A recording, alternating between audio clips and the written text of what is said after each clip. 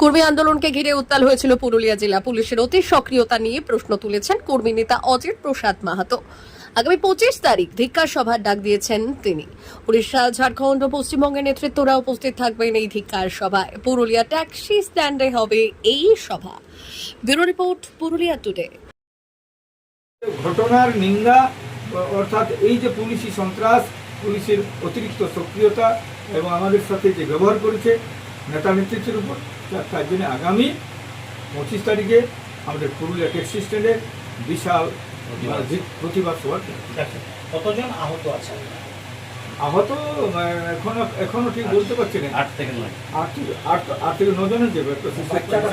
2 বছরের বাচ্চা, 2 বছরের বাচ্চা শিশুকে পাই গেছে, একজন মহিলাকে পাই গেছে, একজন পুরুষ মানুষ করেছে, বহুত লোকের লাগেছে, নামগুলো জানি না ঠিক। তো অনেক লোকের আমরা এগুলো খবর নিয়েছি। গায়ে সেল ফাটানো হয়েছে। গায়ে সেল কেন পাঠালো না? গায়ে সেল কেন পাঠানো? গায়ে সেল ফাটানোর পরে ও অজ্ঞান হয়ে গেল, তারপরে মারা হবে। কিন্তু চরম দুর্নীতি, চরম মানে সন্ত্রাস। পুলিশ দাবি করছে কর্মী সমাজ নাকি পাথর বৃষ্টি করেছে। পাথর শুনুন, কখন হইলো পাথরটা কি তার আগে হঠাৎ পুলিশকে মারি দিল? তাহলে আপনি গাঁ গেলেন, এত গাঁ ঘুরলেন, তখন পুলিশকে কেউ মারে নাই। আপনি যেমন বোড়ামে আমাদের নেতাকে ধরতে গেছিল, পুলিশ ঘেরাও করে রাখি।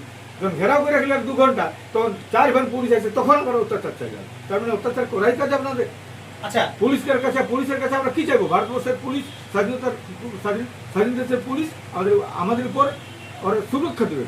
সুরক্ষা তো পাইলই নাই, আমাদের উপর সন্ত্রাস তৈরি করে, আমাদেরকে মারবার, আমাদেরকে চক্রান্ত করে। এই যে কাজ চক্রান্ত ছিল, কাকে পুলিশ করছে? আমাদের আন্দোলন, এতদিনের প্রতীক্ষিত আন্দোলন, 6 মাস আগে যেখানে প্রচার করেছি, তাকে আমরা বানচাল করার জন্য পুলিশি ব্যবস্থা। এই নিয়ে শুভেন্দু অধিকারী গতকালকে বলেছেন আন্দোলনের বিষয়টা আপনাদের যেটা দাবি সেটা আলাদা বিষয়, আপনি তো শুনেছেন, তার জন্য প্রতিক্রিয়া। ওর ব্যাপারে আমি কোনো বলবো না। কেন শুভেন্দু অধিকারী কখনো আমাকে বলে যে তার বিরুদ্ধে কেস করব, অমুক করবো, তুসুক করবো, তখন কখন কোনটা বলে? ও তো নিজের রাজনীতির ফায়দা লুটে বলছে এখন গোটা কর্মীরাকে মারিয়েছে, তাহলে আমি তুমি কথা বলি। আরে তাহলে তোমরা তো অনেক কিছু করছে। আজকে তো ওখানেও তো আমাদের কি বলে, পার্লামেন্টে তো কর্মীরাকে এসটি করতে পারতো, যদি মনে করে বিজেপি। তো এতদিনের আমরা যে চিঠি দিয়েছি, এত কিছু জানিয়েছি, তাহলে ওরাই কেন আমাদেরকে বসাইল না? কেউ চাই নাই, না এখানে বিজেপি, না এখানে টিএমসি, কেউ চাই নাই কর্মীর এই দাবিটাকে কিছু করি। আচ্ছা, আমাদের আন্দোলন ছাড়া কোনো গতি নাই, এবং আমাদের এই প্রতিবাদ আর আন্দোলন এভাবে আমাদের কর্মীর দাবি। আচ্ছা, শুরুর দিকে দেখেছি অনেক সভাতে এক মঞ্চে অনেক রাজনৈতিক ব্যক্তিত্ব যারা পুরুলিয়াতে রাজনৈতিক দলের তল্পিবাহ, রাজনীতি নেতারাকে খুশি করার জন্য এরা চুপেই থাকে। এইখানে কি আমাদের সুশান্ত মাহাতো যদি কর্মী হয়, সে একটা কথা আওয়াজ তুলল নাই?